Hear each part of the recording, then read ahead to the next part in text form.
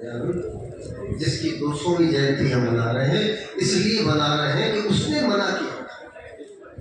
महर्षि दयानंद ने कभी अपनी जन्मतिथि किसी को नहीं बताई, कभी ये नहीं कहा कि मेरी पूजा करो, कभी ये नहीं कहा कि मेरी बात मानो।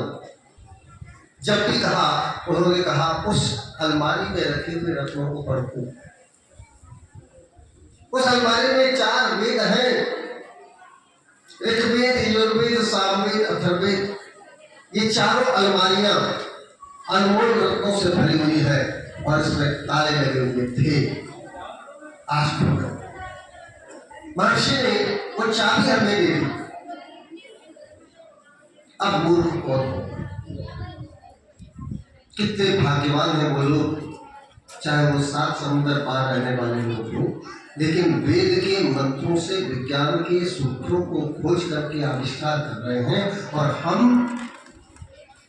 केवल पूजा कर रहे हैं, केवल अगरबत्ती लगा रहे हैं, केवल आरती उतार रहे हैं। हम वो काम नहीं करना।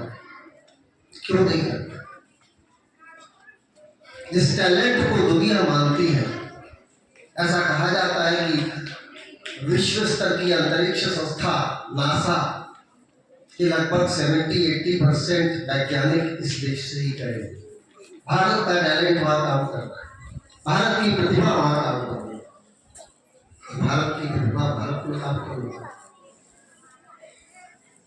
कारण उसके पीछे केवल हमारे मन की अपनी एक ग्रंथि है, और वो ग्रंथि यह है कि शिकागो में अगर विवेकानंद की तारीफ होती है तो हम उसकी तारीफ करते हैं।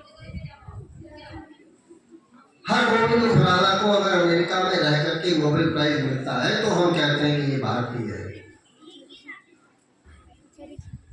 मुकेश आर्य अगर पूना में खड़े होकर के गुरुकुल का संचालन करते हैं तो कोई पूछने वाला नहीं।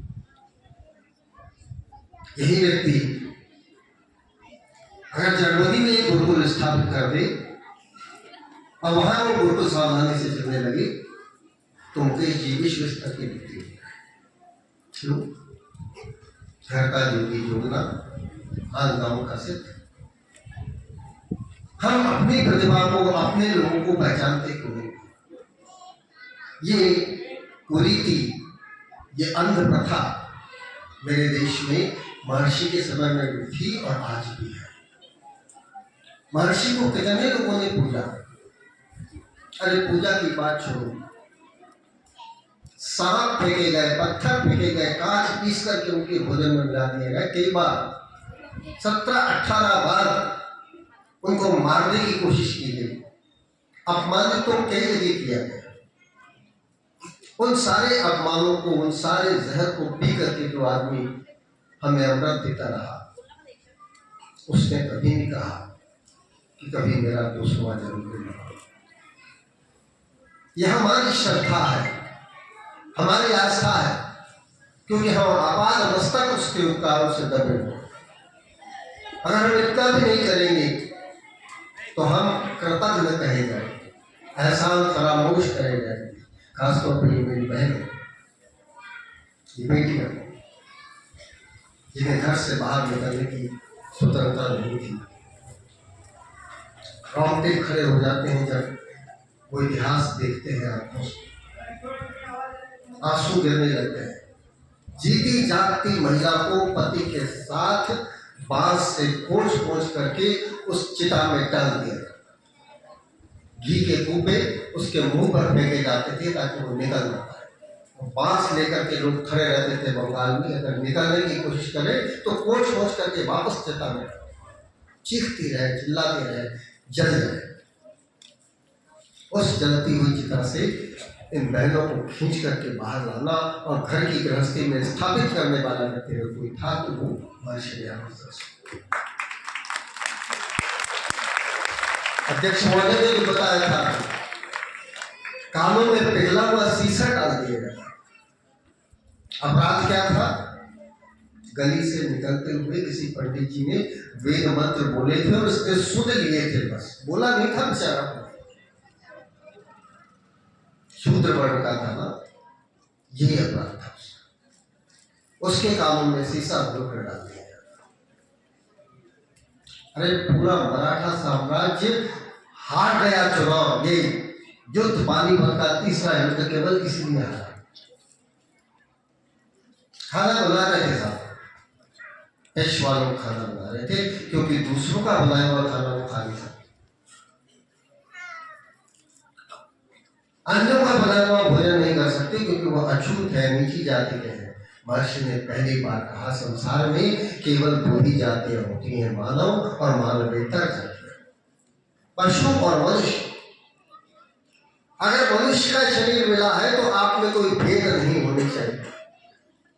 ये बात पहली बार सीधा ठोक करके कहने वाला मुक्ति था स्वामी दयानंद सरस्वती। एक लंगोट लगा कर सारे संसार से भर गया वो आदमी, और हरिद्वार के कुंभ मेले में पताका गाड़ी पाखंड खंडनी पताका। ये पाखंड क्या होता है? कभी देखता हूं तो सिद्धमठ पर आकर देखिए मुझे। पाखंड पूजा के नाम पर, भक्ति के नाम पर जिस प्रकार से लूटा जाता है, दान करो, संपत्ति का मोह मत करो। यदि आपके पास संपत्ति है तो हमें ले जाओ, हम उसका क्या करेंगे? हम सोने के आभूषण बनवाएंगे। कभी सिमस्त में आकर देखता तथाकथित सन्यासियों के पंडालों में कितना वैभव होता है, कितना विलास होता है, कितना पाप होता है, कितना पाखंड होता है। उसके बाद हमें अपने धर्म से चिढ़ होने, अपने धर्म से नफरत होने लगती, घृणा होने लगती। उस घृणा को आस्था में बदलने वाला पहला कि जिस धर्म की चर्चा ये सन्यासी लोग करते हैं, मित्रों, वो धर्म नहीं है, धर्मधारी धर्म। जो धर्म था वो हमारे सामने रखा, और तब हमें एहसास हुआ कि हम अधर्मी या पापी नहीं है, हम तो संसार के गुरु हैं। हम सारे संसार को धर्म सिखाने वाले लोग हैं। हमें कौन धर्म सिखा सकता है? लेकिन हम सीखने लगे थे, इस्लाम से सीख रहे थे, कुरान से सीख रहे थे, बाइबल से सीख रहे थे, और लोग हमको सिखा रहे थे।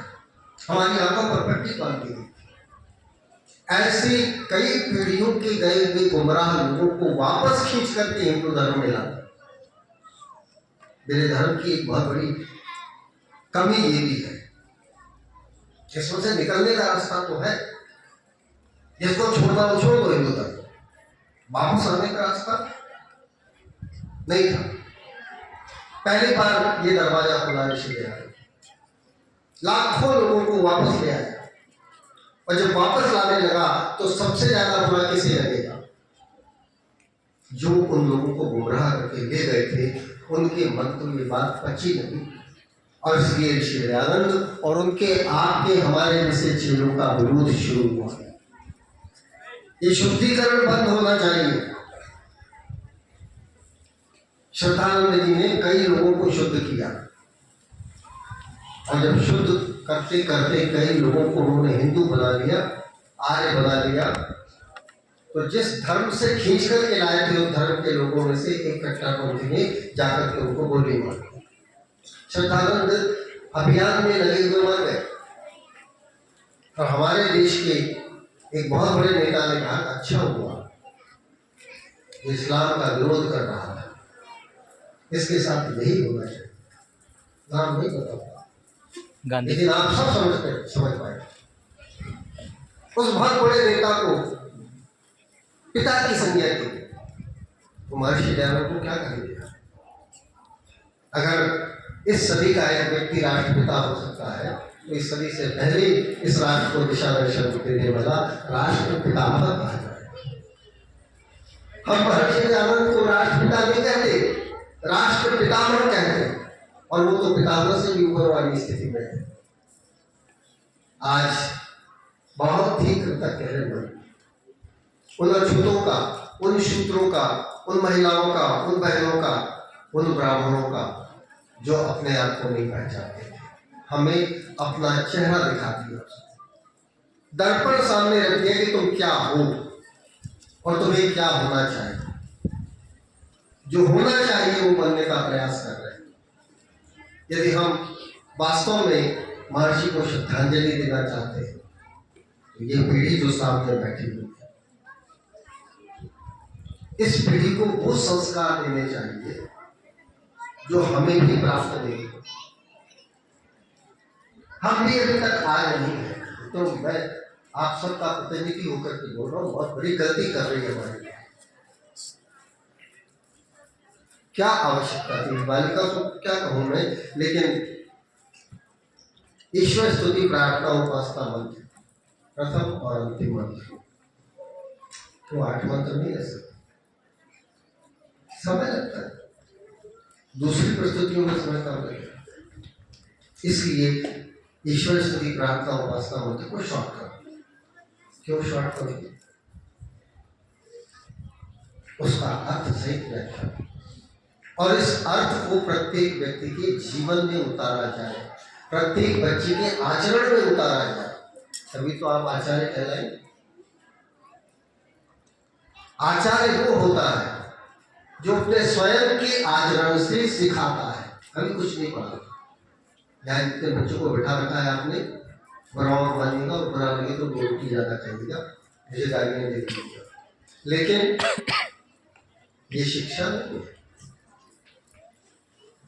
ये हम बच्चों को साक्षर बना रहे हैं, अक्षर ज्ञान दे रहे हैं, जरूरी है, आवश्यक है, लेकिन ये शिक्षा नहीं है।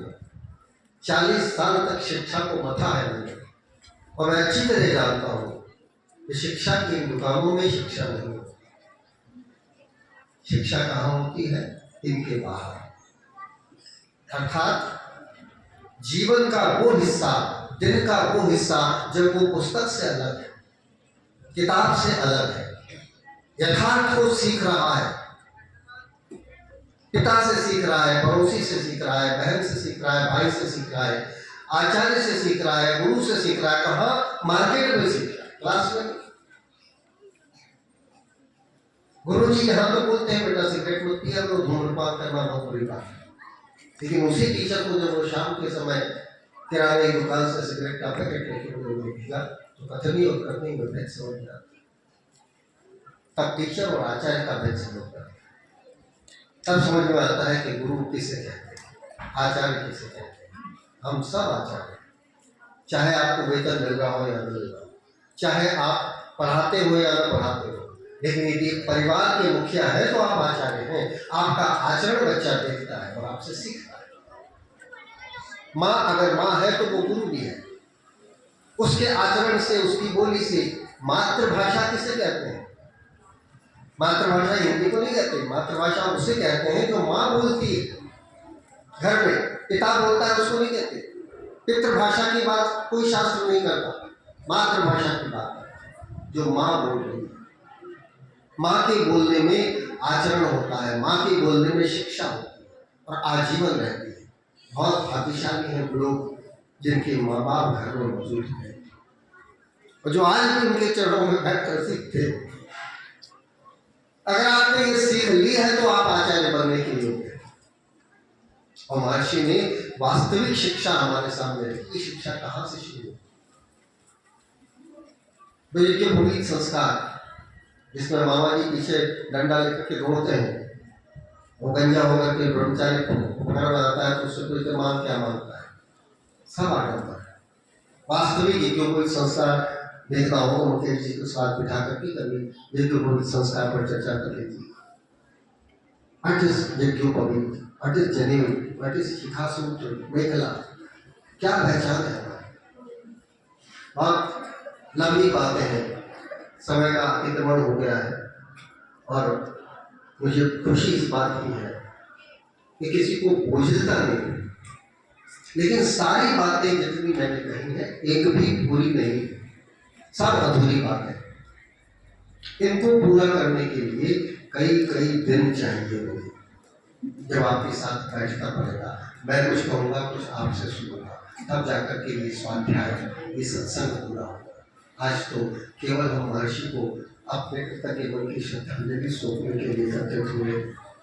मेरा मन बहुत भर आया है और हर उस व्यक्ति का मन भर है जिसने महर्षि के जीवन को देखा है अपनी आंखों के सामने, महर्षि से भेंट की है। आप भी कर सकते हैं। 70 प्रकार के कष्टों में ऋग्वेद आदि भाष्य भूमिका के पृष्ठों में, व्यवहार धर्म के पृष्ठों में महर्षि रोज दिखते हैं।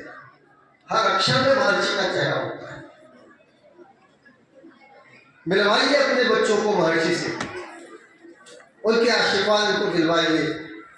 सत्याप्रकाश के रूप में, ऋग्वेद आदि भाष्य भूमिका के रूप में एक पृष्ठ रोज पढ़िए, किसी भी एक ग्रंथ का लेकर के, और उसकी व्याख्या कीजिए। ये बच्चे जब इस उम्र से उन संस्कारों को ग्रहण करेंगे, तभी तो अगली पीढ़ी जाकर के भारत का निर्माण कर पाएगी। मेरी कामना है कि मैं और मेरी पीढ़ी इन बच्चों का वो निर्माण कर सके। इतना सामर्थ्य हमें परमात्मा की तरफ से मिले। ओम शांति शांति।